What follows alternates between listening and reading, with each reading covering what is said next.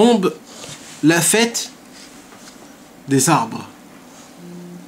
En hébreu, on appelle ça Rosh Hashanah Laïlanot. C'est-à-dire quoi, c'est Rosh Hashanah Laïlanot? Mis à part les halachot qui sont écrites par rapport à ce sujet-là, il y a aussi des autres dimensions. Une des autres dimensions, c'est le jugement des arbres. Akadosh Baruch Hu, il s'assoit. Rosh Hashanah, pour nous, c'est le jugement de notre vie. Comment Akadosh Baruch Hu, il nous prépare cette année.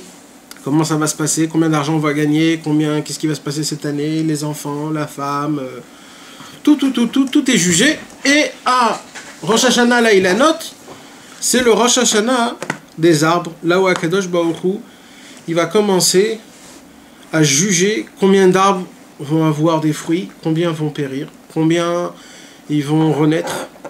Dès maintenant, dès ce soir, en vérité, il se passe quelque chose, c'est que jusqu'à maintenant, les arbres, ils étaient endormis, morts. Et dès maintenant, ils commencent à se réveiller. Et à commencer à reavoir des petites... des croyances, des nouveaux-nés, des nouveaux trucs, jusqu'à le mois de Nissan. Le mois de Nissan, c'est là où les premières fleurs poussent. Mais pour l'instant, c'est un moment de réveil. Un moment de... Il est mort complètement et on va essayer de le réveiller. Tous les arbres sont morts, mais vraiment morts.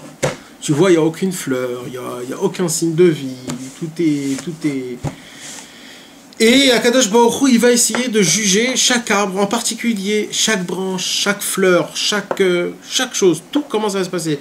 Combien d'eau ils vont avoir, combien d'eau il y aura besoin, surtout cette année, c'est hyper vital. Pourquoi? Parce que cette année, c'est l'année de la Shemitah, c'est-à-dire c'est l'année sabbatique du terrain, qu'on n'a pas le droit de toucher le terrain, donc les gens qui sont... comment on appelle ça, les culteurs, pour eux c'est une année, comme on dit, c'est comme les secondes là où dans le casino tu as mis ton numéro et la roue elle tourne, et ces secondes là pour eux c'est un an. Ils savent pas qu'est-ce qui va se passer, si ça va pousser, si ça va pas pousser, s'il va se passer un miracle, s'il va pas se passer. Et Baruch Hashem que cette année, comme chaque année de Shemitah, Kadosh Baruch Hu nous a vraiment fait tomber beaucoup de pluie grâce à Dieu, et que grâce à ça, ça va vraiment enrichir le terrain. Et en plus de ça, on dit que plus il fait froid, plus les arbres ils dorment plus fort. C'est pour ça, par exemple, un vin. Comment on choisit un vin bon, un bon vin? Un bon vin, c'est quand une année était hyper froide, alors on sait que les vignes ils vont être très bonnes. Pourquoi? Parce que plus il dort l'arbre, plus après quand il se réveille, il a encore plus de force. Donc, et comme cette année aussi c'était une bonne année froide, Baruch Hashem, il faisait froid, donc les arbres ils sont endormis complètement, et pour se réveiller ça prend du temps. Pour se réveiller c'est dur. Je vous parle de tout ça parce que tout ça, ça nous parle à nous. Il y a écrit dans la Torah, Ki ha-adam etz asadeh. Un homme ressemble à un arbre. Cette période-là, maintenant, là, du Choref, de l'hiver, c'est une période où on est un petit peu endormi, il fait froid, on est chez nous à la maison, on se couche comme il faut, on se couvre, on dort un peu plus parce que les nuits sont beaucoup plus grandes, etc. et ainsi de suite. Ouais. Ça va, Bouboui? C'est qui va. Ouais, ils n'ont même pas mangé, faut j'ai mal à sauter le matin. Mais pense à manger, c'est important. Ouais, on a commandé des euros. C'est là pour la rigolo. Et je me suis débrouillé avec un mec. Merci. Avec un mec pas très loin.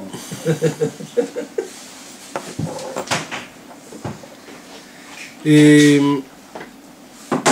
on a fait dessus plusieurs cours sur le sujet des arbres et de la croyance et de la comment ils se réveillent, etc. Ça nous parle vraiment de nous. Et nous, on est comme les arbres. Il y a des moments où on dort et il y a des moments où on est réveillé complètement. Et cette période, comme c'est la période aussi des Shovavim, c'est quoi les Shovavim? C'est toute la période là où le peuple juif est descendu en Égypte. Et depuis qu'il est descendu en Égypte, il souffre pendant 400 ans, etc., jusqu'à qu'on sort de l'Égypte. Ça s'appelle une période de Shovavim. Shovavim, c'est la Rachetévot. toutes les parachutes. Shmot, Vaera, Bo, Beshalach, Yitro, Mishpatim. C'est toutes les parachutes. C'est un temps de propice de tchouva sur le Pgam Abrit. Surtout sur le Pgam Abrit. Pourquoi pour ce temps? Maintenant. Depuis la paracha de Shmot jusqu'à la paracha de Mishpatim. C'est la rachet avot de Shovavim. Ça veut dire quoi Shovavim en hébreu? Shmot. Non, en hébreu, Shovavim. Shovav, c'est quoi Shovav? Turbulent. Un enfant turbulent, on dit Shovavim. Alors on parle des Shovavim. Shovavim, c'est nous. On est tous des turbulents avec notre alliance, malheureusement. On fait des choses qui sont pas très bien. Mais en vérité, pourquoi on est descendu en Égypte? Parce qu'on a dit que Adam Arishon, il est tombé, Chas v'Shalom.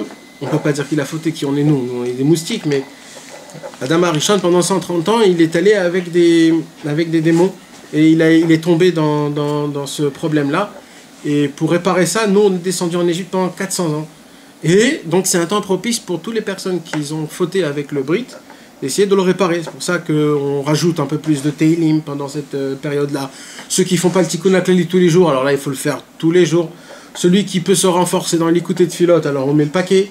Et ainsi de suite, parce que c'est un moment qui est vraiment important de faire tchouva pendant cette période-là. Mais, comme je l'ai dit, c'est une période de là où les Akadosh Baruch Hu, on a dit, pour les gens qui n'étaient pas là, ce soir-là, on juge les arbres.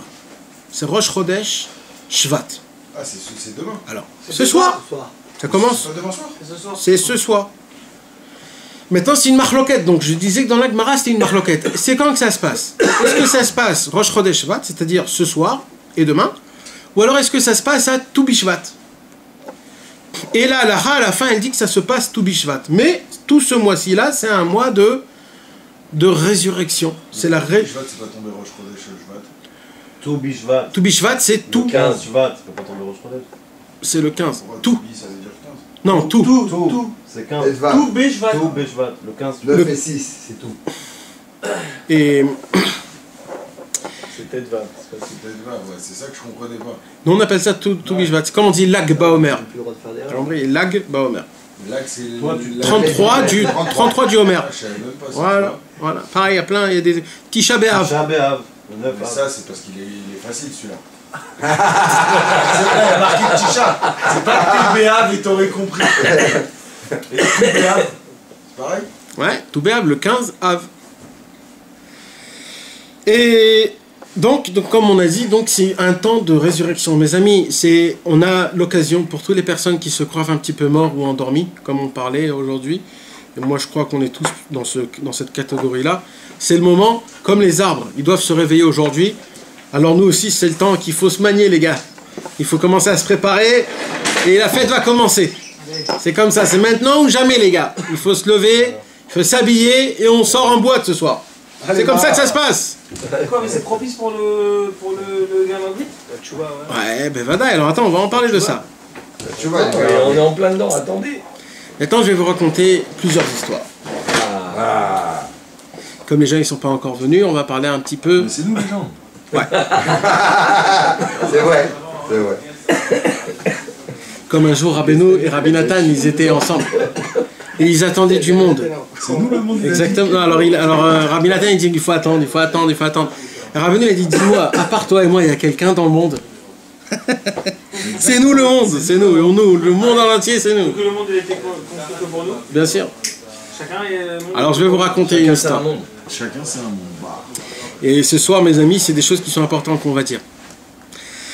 Vous savez que Rabbi Nachman de Breslev a parlé de Ouman Rosh Hashanah comme la chose la plus importante qui puisse exister, d'une des révélations que Rabbeinu a révélées dans le monde, et que Rabbeinu a dit que le monde dépend de mon Rosh Hashanah.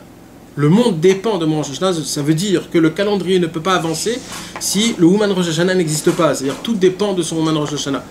Et comme Rabbeinu, il en a parlé tellement, et qu'il a fait de ça quelque chose d'important et d'exceptionnel, etc., etc., etc. Et en plus de tout ça, Rabbeinu, il était jeune. C'était un gars de 38 ans à peine. Enfin, encore tout jeune, etc.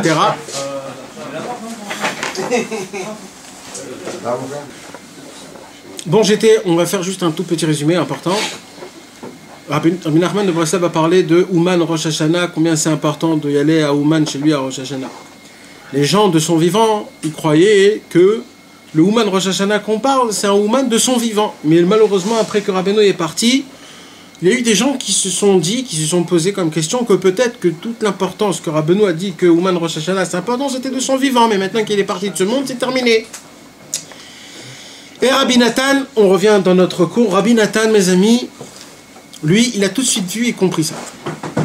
Et comme Rabbi Nathan, on va dire que c'était un des seuls de tous les disciples de Rabbeinu qui avait compris la vraie kavana, la vraie volonté de Rabbeinu.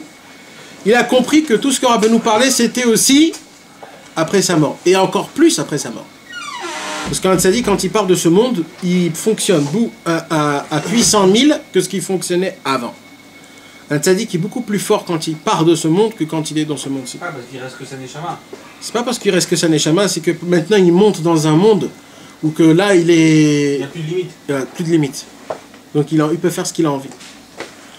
Bekitsour, qu'est-ce qu'il a fait Rabbi Nathan? Il a eu très peur que, vous savez, quand le temps passe, alors ça... On oublie un petit peu les choses importantes. Comme un deuil, comme plusieurs choses. Plus le temps il passe, plus c'est moins grave. Alors lui, il est dit, Rabbi Nathan, si je vais laisser ça jusqu'à la fin de l'année pour leur dire venez tous, ça va être cuit. Alors Rabbi Nathan, il a dit, il faut que je fasse un kibbutz, un nouveau Rosh Hashanah. Une fois, Chad Pe'ami, une fois pour renforcer, pour leur faire réunir tous les élèves de Rabbi Nachman, tous ensemble, une grande équipe, que pas tout le temps ils avaient ce mérite de se... Et il s'est dit, quand je vais le faire? Et il s'est dit, le meilleur moment de le faire, c'est le deuxième Rosh Hashanah. Le Rosh Hashanah des arbres, à Tou Bishvat. Et qu'est-ce qu'il a fait? Rabbi Nathan a pris son cheval et il a commencé à voyager dans des dizaines de villes. Vous savez, à l'époque, c'est pas comme aujourd'hui. Ce voyage lui a pris 3 mois. Après Sukkot, il a pris son cheval et il a commencé à y aller dans tous les endroits là où il y avait tous les élèves de Rabbi Nachman. Ils allaient là-bas, il le recevait avec un grand honneur et il s'asseyait et il commençait à leur parler, à leur faire montrer, à les convaincre comme quoi le Rosh Hashanah de Rabbeinu se fait même après sa mort. Au début, ils ont dit mais non, mais oui, mais non, mais oui, jusqu'à que Rabbi Nachman les convainquait. Dès qu'il les a convaincus, Rabbi Nathan les convainquait. Dès qu'il les a convaincus, il disait bon, on se réunit le Tou Bishvat, Rosh Chodesh Shvat, on se réunit tous à Ouman dans le Tzioun de Rabbi Nachman. Vous venez? Oui, vous venez. Ok, super. Et lui, il continue dans une autre ville. Il allait dans une autre ville, là-bas, il allait voir tous les autres disciples de Rabbi Nachman et il commençait à leur parler. Vous savez, c'est très important, Ouman Rosh Hashanah, il faut que ça se fait. Ça fait rien que Rabbeinu, il n'est pas dans ce monde ici. Le tzaddik, il est vivant, nous, on ne voit pas l'apparence, etc., etc. On s'en fout de tout ça. Et eux, ils disaient, mais non, mais oui, jusqu'à qu'ils arrivaient à convaincre. Maintenant, après qu'ils aient convaincu, ils disent, bon, écoutez, on va faire une réunion tous ensemble, une Seouda, et on va aller chez Rabbi Nachman, ça va être Rosh Chodesh Shvat, le deuxième Rosh Hashanah des arbres. Ok, pas de problème. Et vas-y, ainsi de suite. C'est comme ça, de ville en ville, de ville en ville. Rosh Chodesh Shvat, Rosh Hashanah des arbres. Ça commence Rosh Chodesh Shvat, Tou Bishvat, c'est le vrai Rosh Hashanah, mais ça commence à Rosh Chodesh Shvat. C'est une marloquette dans la Mishnah. Mais ça s'est passé à Rosh Chodesh Shvat. Jusqu'à que Rabbi Nathan, après 3 mois de voyage, qu'il n'était pas chez lui à la maison, qu'il voyageait, vous savez, ces mois-ci-là, c'est les mois les plus durs en Ukraine. Et lui, il était avec un petit cheval, etc., etc. Il voyageait tout ça pourquoi? Pour essayer que la flamme de Rabbi Nachman puisse être allumée jusqu'à la fin de tous les temps. Si aujourd'hui on a le mérite de voyager à Ouman Rosh Hashanah et qu'il y a Baruch Hashem plus de 50 000 personnes, c'est grâce à ce voyage de 3 mois que Rabbi Nathan a fait après la disparition de Rabbi Nachman. Et Rosh Chodesh Shvat, voici qu'il y a une réunion de tous les élèves de Rabbi Nachman de Breslev, plus tous ceux qui adoraient Rabbeinu, les gens qui sympathisaient, etc. Et ça a été la première fois, la première réunion, le premier kibbutz de Ouman Rosh Hashanah. Ça s'est passé ce soir, mes amis. Ils se sont tous réunis devant la tombe de Rabbi Nachman après la disparition de Rabbeinu. Et on raconte que ce qui s'est passé ce soir-là, jamais ça a été oublié d'année en année de la ville de Ouman. Même les Goïm, qui étaient là-bas, ils se sont racontés ça de père en fils de ce qui s'est passé ce soir-là. Mais c'est quoi qui s'est passé? De raconter, ça va enlever toute l'histoire, mais comme ça c'est écrit. mais quand même pour qu'on puisse un peu avoir de goûter un petit peu ce qui s'est passé. Pour ça, il faut qu'on raconte des centaines d'histoires pour comprendre un petit peu... Non, mais il faut que vous compreniez que chaque élève de Rabbi Nachman de Breslev, c'était comme un puzzle pour une seule photo. Vous savez que quand on ouvre une montre, par exemple, on ouvre la montre. Quand on ouvre la montre, on voit plein de mécanismes, plein de petits ronds. Et on se dit, purée, tout ça pour faire bouger 3 petits trucs comme ça, là. 3 petites branches, tout ce mécanisme, etc. Les trucs, des trucs, etc. Maintenant, imaginez-vous, vous montez au Big Ben. Vous ouvrez le Big Ben.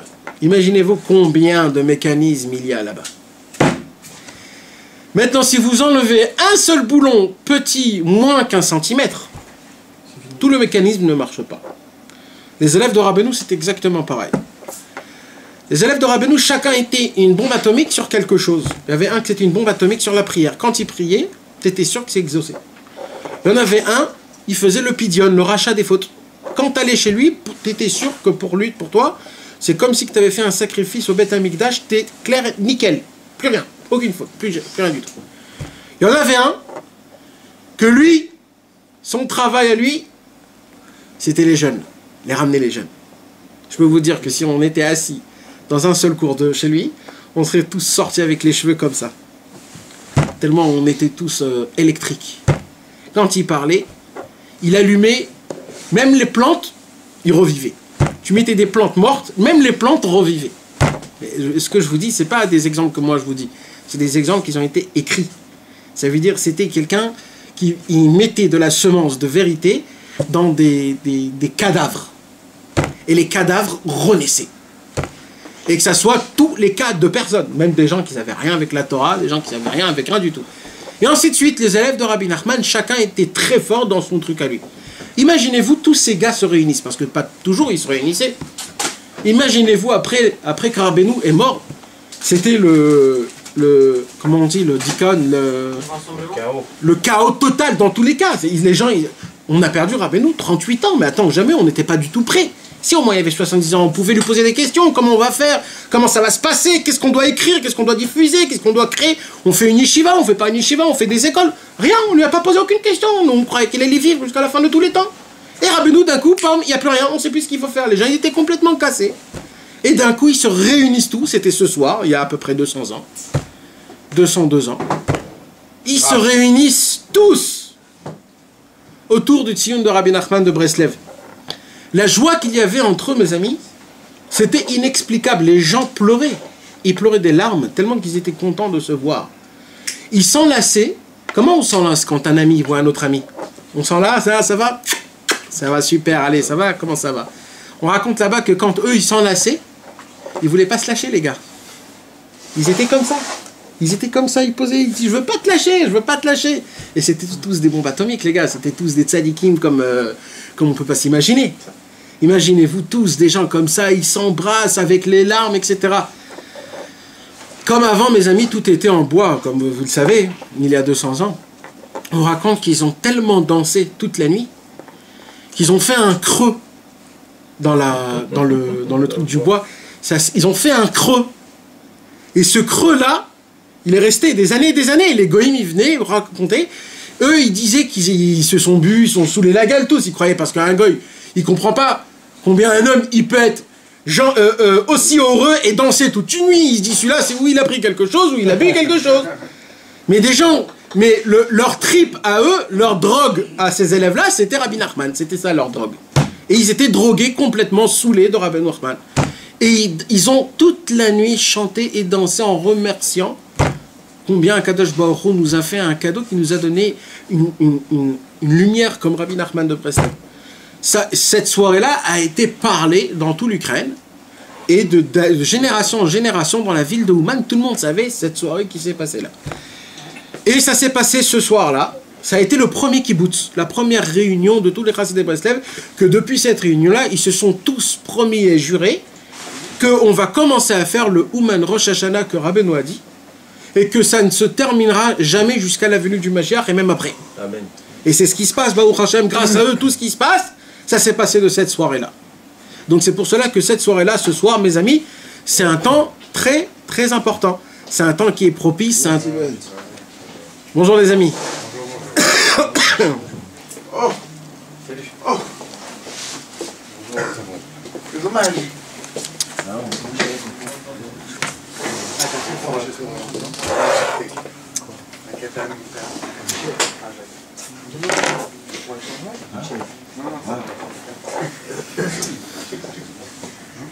Donc ça, c'était une petite introduction pour expliquer l'importance de cette journée-là, mes amis. Cette journée-là de Rosh Chodesh Shvat, de ce soir, c'est quelque chose qui nous concerne. En plus que l'homme, dans la Torah, l'homme est considéré comme un arbre, et que ce soir, c'est le jugement des arbres. Donc en vérité, on est un petit peu concerné dans ce côté-là. Mais en plus de tout ça, mes amis, ce soir, c'est aussi un grand soir, parce que ce soir, et demain, si Dieu le veut, c'est la Iloula d'un très grand tzaddik. De qui? Rabbi Moshe Breslever. Maintenant, quand par exemple je vous dis c'est la Iloula d'un très grand tzaddik, vous vous attendez à entendre un grand tzaddik hyper connu. D'accord? Si je vous aurais dit... Hein? Genre qui? Voilà, genre qui? Genre Baba Salé, dans une semaine. Jeudi là, non? Non, Shabbat. Shabbat. Tu vois, Shabbat. Baba Salé. Et par exemple, jeudi, c'est la Iloula de Rabbi Zoucha. Ce jeudi-là. Ouais. C'est jeudi-là. Et donc, on s'attend à quelque chose de connu. Mais là, qu'est-ce que je vous dis? Je vous dis ce soir, c'est l'Iloula d'un très grand tzaddik. Et là, je vous sors un nom ni vu ni connu. Alors, vous posez peut-être la question. Qui est ce monsieur? C'est qui? Comment? Hein? Alors, mes amis, ça c'est la beauté. Toute la beauté est dedans. Toute la beauté est dedans. Un jour, il s'est passé la même chose un soir, il y a quelques années. On vient et on dit, voilà, c'est là de Rabbi Moshe Breslever. Et c'était dans une communauté d'Afka, qu'ils étaient un peu tous Breslev, Froum, on va dire. Et il y en a deux, trois qui ont dit, dis-moi, c'était qui Rabbi Moshe Breslever? Et moi, je ne m'attendais pas à cette question-là. Des gens qui sont des années des Chassidé Breslev et qui posent la question, c'était qui Rabbi Moshe Breslever? Mais après que j'ai pensé, je me suis dit, regarde comment c'est un vrai élève de Rabbi Nachman, un vrai Breslev. Vous savez, mes amis, si on aurait pris le quart de cette personnalité-là, mais qui ne serait pas Breslev, le quart, il serait connu mondialement à l'éternité. À l'éternité. Mais comme c'était un Breslev, sa grandeur à lui, c'est que la majorité de sa vie, il a vécu dans les champs, en faisant une des doutes. Donc quelle histoire tu peux raconter à un homme que toute sa vie, il prie dans un champ, dans une forêt? Quoi? Quel arbre il a vu? Sur quelle pierre il est tombé? C'est pas le genre de gars que, quand tu as un manque de parnassa, ou tu as besoin d'enfants, ou tu as besoin de problèmes, tu lui portes à la porte, oui, Rabbi, j'ai besoin. C'était pas du tout ce genre de cas. Cette personnalité-là, toute la semaine il partait dans les forêts très lointaines. Il avait un sac. Dans son sac, il y avait un peu d'eau, un peu de pain. C'était ce qu'il devait manger pendant toute la semaine. Et toute la semaine, il priait Hachem. Il lui parlait. Comme si qu'un homme, il parle à son ami. Il lui disait, voilà, il manque ça, il faut faire ça. J'ai étudié ça, comment je peux l'accomplir? Je veux te découvrir, je veux te connaître, je veux te sentir, je veux te voir. Toute l'année, toute sa vie, c'était que ça. Les niveaux qu'il a atteints, c'est des niveaux qui sont inexplicables et inécrivables. Rabbi Moshe Breslever, c'était quelqu'un que, parce qu'il a préféré d'être le serviteur de Dieu, alors il a mis son nom en exil et il est exactement comme Dieu. Dieu aujourd'hui, malheureusement, on ne l'entend pas. On ne l'entend pas partout. Tu peux rentrer dans une yeshiva, étudier la Torah du matin jusqu'au soir, mais le mot Dieu, tu n'en parles pas. Tu n'en parles pas.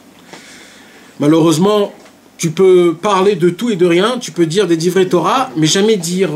tu sais que Akadosh Baruch Hu, il t'aime, et qui te voit, qui t'entend, qui t'apprécie, qu'il est orgueilleux de toi-même, qui te regarde toute la journée, comme un marié qui est amoureux de sa femme, qui la regarde comme si qu'il est complètement amoureux. Dieu est pareil, il nous regarde de cet même amour-là, et 1000 fois plus que ça.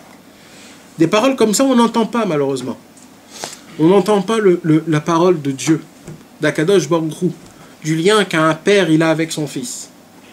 Ça, mes amis, ça fait partie du Yetzer Hara qu'il essaye de nous faire oublier l'importance que nous, on a aux yeux de Dieu et que nous, on doit avoir par rapport à Dieu. Parce que ça doit être un par rapport à l'autre, c'est réciproque. Et malheureusement, quand il nous manque ça, il nous manque tout. Et le travail du Yetzer Hara, c'est qu'il peut te faire arriver qu'un homme, il peut étudier la Torah, il peut même prier à Hachem et oublier qu'il y a Dieu. Tellement c'est devenu habituel, tellement c'est devenu de la routine, il oublie qu'en fait, pourquoi on prie devant Dieu. Et bien même ça, il oublie. Et on oublie tout. On peut être tellement proche du but, mais on oublie tout. Il nous fait enlever cette conscience-là. Et un homme, il peut passer ses 70 ans de sa vie en faisant tout à la lettre, mais d'oublier l'essentiel, qu'en fait, pourquoi j'étudie, c'est parce que c'est Dieu qui me l'a demandé. Pourquoi je prie, c'est parce que Dieu me l'a demandé.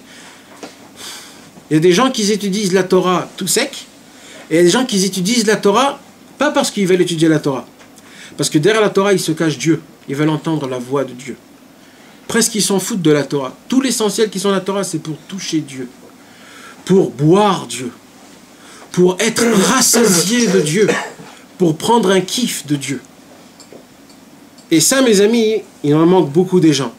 Et des gens comme ça, quand ils sortent dans le monde, ils sont vus comme des fous, comme des gens qui sont des allumés, comme des gens qui sont pas normales, des gens qui sont trop... ouais, vous exagérez là, les gars, vous êtes extrémistes. Ouais.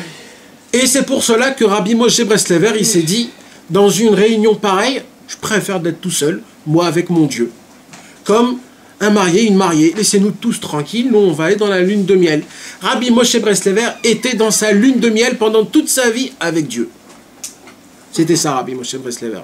C'est pour cela qu'on n'entend pas parler de lui. Mais je peux vous dire que dans le ciel, on entend bien résonner son nom. Vous savez comment ça marche? Tout ce qu'il y a dans ce monde-ci, l'inverse, c'est ce qui se passe en haut. Les très grands dans ce monde-ci, dans le ciel, c'est des tout petits. Les tout petits dans ce monde-ci, en haut, dans le ciel, c'est des très grands. Les gens que t'entends parler beaucoup dans ce monde-ci, en haut, on les entend pas du tout. Qui? Mais j'ai jamais entendu, on n'a jamais entendu parler d'un gars comme ça.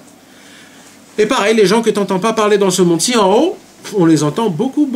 C'est comme ça que c'est écrit dans la Gemara, mes amis. Il y avait un très grand tzaddik qui s'appelait Rabbi Shmuel Cohen Gadol, quand il est monté dans le ciel et qu'il est redescendu, on lui a posé la question, qu'est-ce que tu as vu en haut? Il a dit, c'est très simple. Tout ce qui était en bas, en haut, je l'ai vu très haut. Tout ce qui était en haut ici, tout ce que j'ai vu en haut, c'était tout en bas. Le monde inversé. C'est ça qu'il a vu, des mondes inversés. Je vous parle de tout ça parce que, comme aujourd'hui, c'est le jour là où il est parti de ce monde, ce tzaddik-là, qui s'appelait Rabbi Moshe Breslever, il y a une lumière spéciale qui descend, comme c'est sa journée à lui, c'est son jour, qui descend, et c'est comme lui, on lui donne, c'est comme quelqu'un qu'on lui dit, c'est son anniversaire. Alors quand c'est son anniversaire, c'est lui, on lui donne le kavod, vas-y, assis-toi, c'est toi qui fais tout. Cette journée-là, c'est sa journée à lui. Sa lumière, elle est dans ce monde-ci. Elle descend dans ce monde-ci, et on peut demander beaucoup de demandes. Celui qui allume surtout des bougies, mes amis, ce soir, demain, c'est important d'allumer 2 bougies au nom de Rabbi Moshe Breslever et de demander le maximum de demandes.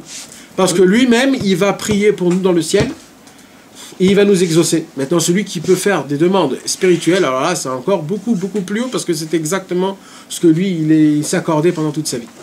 2 bougies d'allumer. 2 bougies, c'est bien d'allumer, ouais. Tout le temps, on allume 2 bougies, pas une seule bougie. Ça aussi, c'était une petite introduction. Ouais, 2 bougies. Pourquoi 2 bougies? C'est comme ça que le minag, c'est comme ça. Quand on allume pour un mort, on allume 2 bougies. C'est comme ça. Pour un vivant. On n'allume pas des bougies pour un vivant généralement. Quand tu allumes une bougie pour Rabbeinu, c'est pour un vivant. C'est Rabbeinu qui nous allume, nous. Ouais. Retrouvez les cours des Chavirim Nanar sur le site du Keren Rabbi Israël, nachmanneumann.com.